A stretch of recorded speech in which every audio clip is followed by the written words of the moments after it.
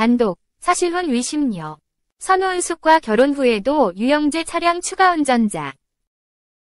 배우 선호은숙과 혼인 취소 소송을 진행하고 있는 아나운서 유영재가 선호은숙과 결혼 후에도 사실혼 의심을 받는 여성을 자신이 소유한 차량의 추가 운전자로 포함시켰던 사실이 드러났다.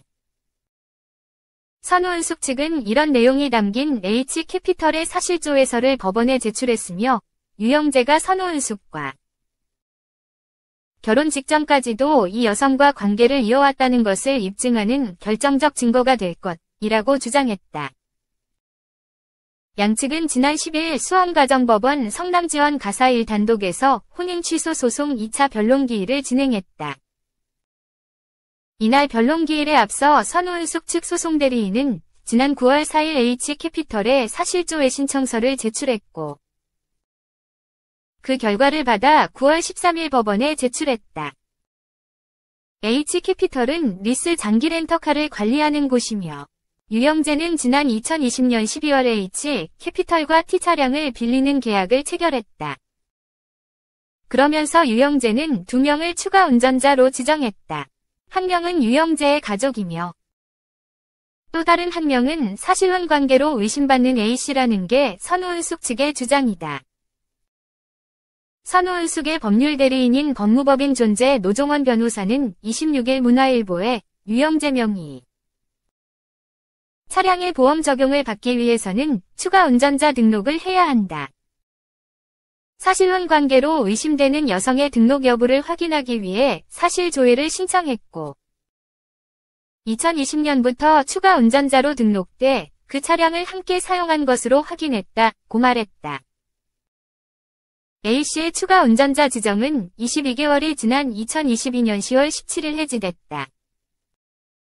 선호은숙과 유영재가 2022년 9월 혼인신고를 마친 것을 고려할 때 부부가 된 후에도 1개월 남짓 A씨가 유영재 차량의 추가 운전자로 남아있던 셈이다. H캐피털에 따르면 유영재는 A씨의 해지 등록이 완료된 하루 뒤인 2022년 10월 18일 선호은숙을 새로운 추가 운전자로 등록했다. 이 사실 조회에 대해 유영재 측은 아직 공식적인 답변을 내지 않은 것으로 전해졌다. 노 변호사는 아직 아무런 답변이 없다. 이는 이번 소송의 특성 때문이라면서 사실혼 관계에 있는 여성이 있다는 주장에 대한 입증 책임은 전부 선호은숙에게 있다. 그래서 선호은숙이 모든 것을 밝혀내야 되기 때문에 상대방은 이 부분에 대해서 별다른 서면을 내지 않더라도 크게 불이익은 없다고 설명했다.